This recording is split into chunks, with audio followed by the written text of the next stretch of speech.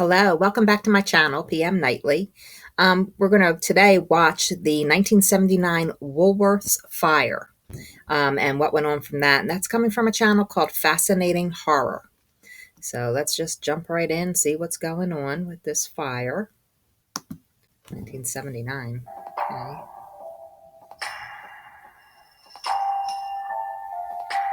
I would have been like, what? About 8 years old. On the 8th of May, 1979, a taxi driver in Manchester, England, radioed his dispatcher to say that he could see smoke billowing from a Woolworths supermarket in the middle of the city. This information was quickly passed on to the fire brigade, who sped to the scene, arriving in just under 2 minutes. Wow. Despite its lightning-fast response, the fire that followed would be one of the deadliest that Manchester had seen since the end of World War II, and would go down in history as a terrible and unnecessary waste of human life. Woolworths in the UK was founded by businessman Frank Woolworth in 1909. He'd already made a career out of setting up five and dime stores in the United States under the auspices of the F.W. Woolworth Company, and in doing so had revolutionized retail in a number of ways. For example, he did away with haggling in favor of fixed prices for merchandise, and put his stock on display in self-service display cabinets, so that shoppers could take a look at items without having to speak to a sales clerk. Both of these now commonplace practices were revolutionary at the time, and helped catapult Frank Woolworth to success as a retail magnate.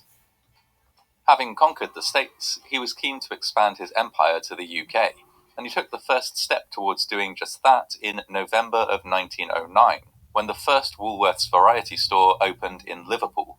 It did so with a significant amount of fanfare. The opening was...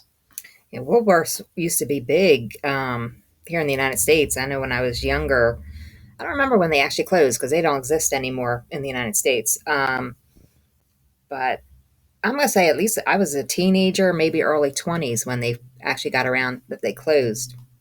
But I used to love going into the Woolworth because they had everything. They were kind of like a Walmart, but smaller. And they were in the mall, and they also had like independent stores. But they were a fun store to go into because they always had fish and, stuff for the house. And just everyday essential type items, and they were for a decent price. So I'm not sure why they went out of business, but I guess stores like Walmart and what have you probably, they were bigger stores. They had more to offer, and they probably just drove them out of business. Was celebrated with a full orchestra, circus acts, and a spectacular fireworks display. Don't do that anymore. From these not-so-humble origins, Woolworths expanded rapidly. I bet. Branches opened across the UK, with the company's growth pausing only briefly during the years I'd like of to try World War one of those buses, see what it's like to be in the upper deck. As decades passed, Woolworths rapidly became a household name. Right. It was known for stocking an eclectic range of goods. Exactly. In the average store, you could purchase everything from furniture to flatware, along with music, books, toys, and, from the 1980s onwards, a bag of candy from their extensive range of pick and mix. Woolworths didn't have that. Many outlets also had cafes, where shoppers could rest and get a bite to eat. Not in our store. The Manchester store was a fairly typical Woolworths. Look how big that is. It was situated in a prime location within Manchester, occupying 6 floors inside a grand old building that had once upon a time been a bonded warehouse. The fire began in the furniture department and was later traced to a faulty electrical cable, which ignited polyurethane foam furniture that had been stacked for storage. Polyurethane was, at the time, a brand new material. Given that it was cheap and durable, its use was widespread, but unfortunately it wasn't realized just how dangerous it could be. Polyurethane foam could be toxic, and was also highly flammable, producing thick, extremely poisonous smoke when burned. It was this thick, black, toxic smoke which now spread throughout the store. The sight of it sent shoppers and staff running for the exits. But in areas where the smoke wasn't visible, the evacuation was slow to start. Some shoppers later recalled seeing gangs of people running frantically. I was actually in the store when the fire broke out. These were unruly I was browsing on the ground floor of the store when I heard quite a commotion. Until they saw or smelled the smoke themselves. Hold on, we're just going to back up just a little. I'm going to read this. and then we'll listen to what he was saying. Okay. Okay, I was actually in the store when the fire broke out. I was browsing on the ground floor of the store when I heard quite a commotion, and people suddenly came galloping down the escalator and ran out of the store. And that was DJ Kelly, historian and witness to disaster. All right, so I'm sorry, I was speaking over the narrator, and I didn't mean to do that. So let's just go back a little bit. Black toxic smoke which now spread throughout the store. The sight of it sent shoppers and staff running for the exits. But in areas where the smoke wasn't visible, the evacuation was slow to start. Some shoppers later recalled seeing gangs of people running frantically for the exits, but assumed that these were unruly football fans and thought nothing further of it until they saw or smelled the smoke themselves. Catherine Mcquinn, who survived the incident, was dining in the cafe with her daughter when the fire began, and recalls the event. My daughter said, "Mum, I've just heard someone shout fire." I said, "Don't be silly. You could look straight down the floor. There was no smoke, no fire, no nothing." We carried on eating. Then, about 5 minutes later, a girl shouted very, very loudly, "Fire, get out." I said, "Someone will get a fire extinguisher and put it out. It's only a little one." Wow. After some further encouragement Luckily, from her they daughter, survived. Catherine Mcquinn made the fortunate decision to leave the store. Right. We were down about 4 steps and my daughter said, "Come back a bit while I show you something." I went back up with her and, oh my lord, we looked towards the furniture department and moving along the ceiling was the most terrible black smoke, just rolling along the ceiling. It was horrible, and it was coming towards the people who were sat down.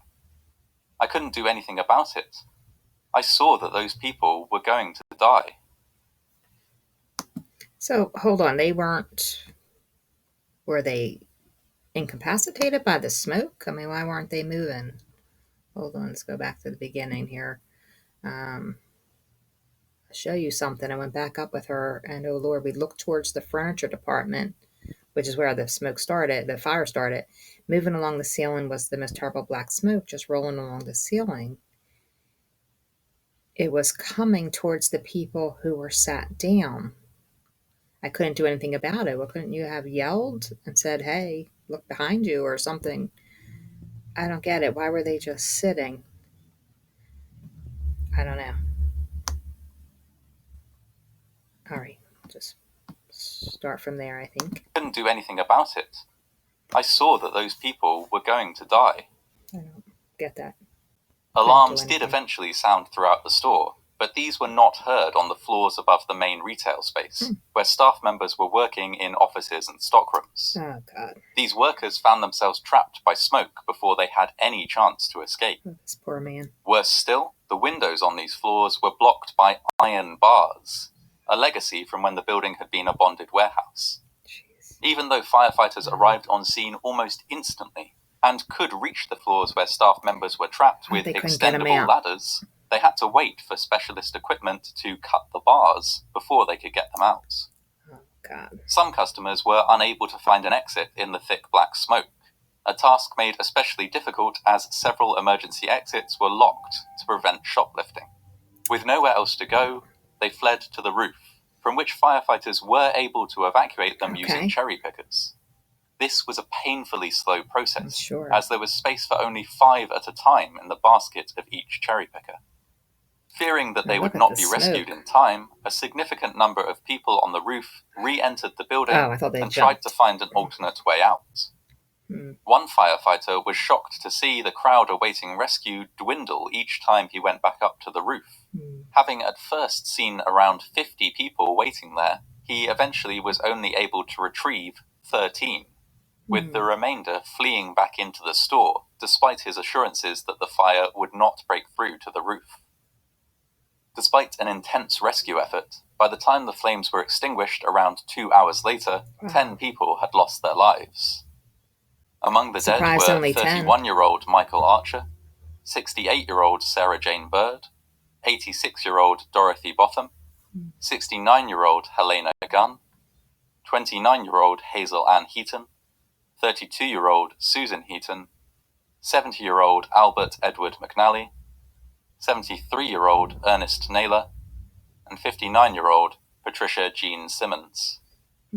68-year-old Cyril Baldwin, a Woolworths staff member who had been an auxiliary fireman during the Second World War, also died whilst helping customers escape. He's a hero. In the aftermath of the disaster, an investigation was launched.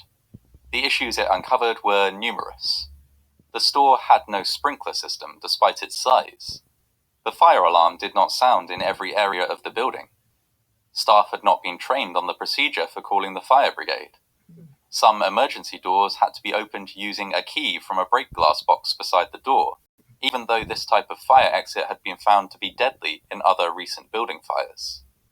Still other exits were completely locked with no key available at all, ostensibly as a measure against shoplifting.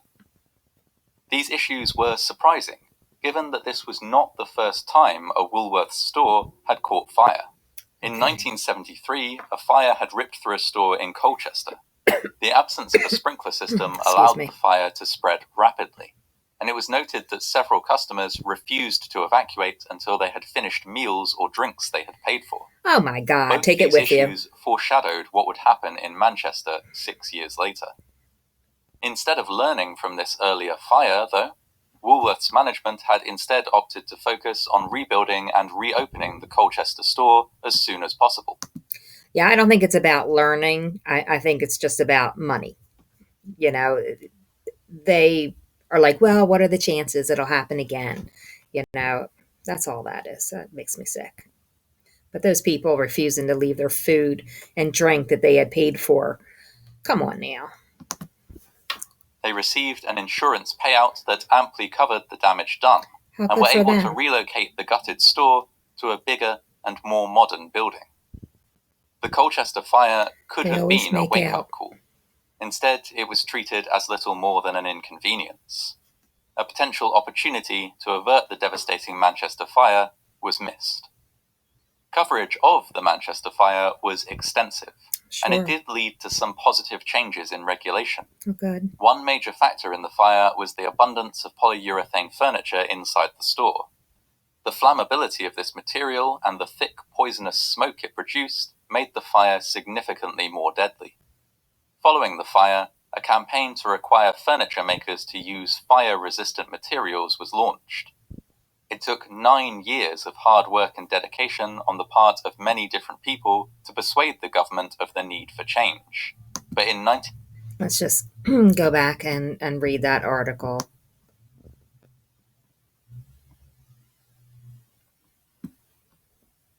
What popped up here? Get out of my way. Here we go. I just want to...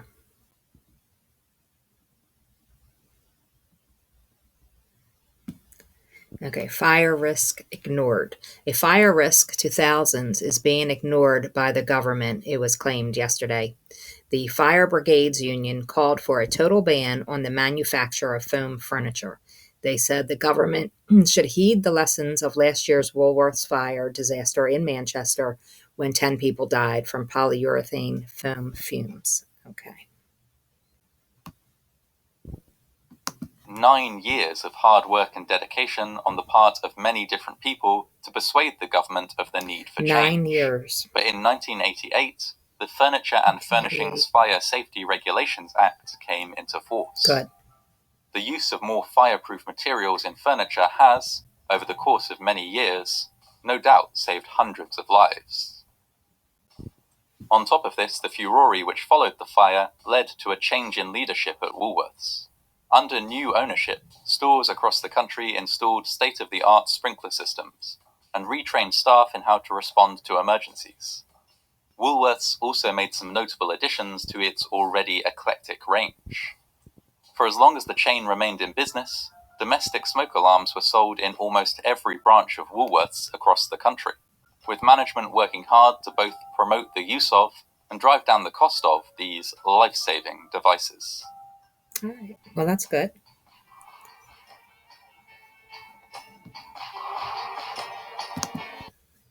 So, interesting video. But it is a shame that, you know, if it's going to cost them money, they won't make the change unless there's a change in regulation that requires them to spend the money to protect people.